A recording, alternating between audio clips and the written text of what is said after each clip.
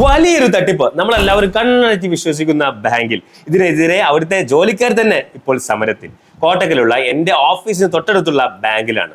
പ്രശ്നം ഇതാണ്: ഇടപാടുകാരെ തെറ്റിദ്ധരിപ്പിച്ച് ഇൻഷുറൻസ് ഉൽപ്പന്നങ്ങൾ വിൽക്കാൻ ജീവനക്കാരെ നിർബന്ധിക്കുന്നത് അവസാനിപ്പിക്കുക. നിങ്ങളുടെ ബാങ്ക് അക്കൗണ്ടിൽ നല്ല രീതിയിലുള്ള പണമിടപാട് നടക്കുന്നുവെങ്കിൽ ഉറപ്പായിട്ടും ബാങ്കിൽ നിന്ന് ഒരു കോൾ വരും.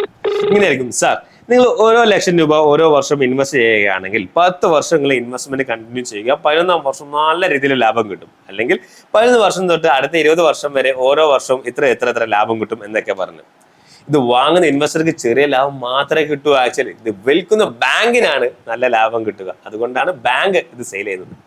ഇപ്പോൾ ഇതിനെതിരെ ബാങ്ക് എംപ്ലോയി യൂണിയൻ സമരത്തിൽ വന്ന് വളരെ പ്രശംസനീയമാണ്.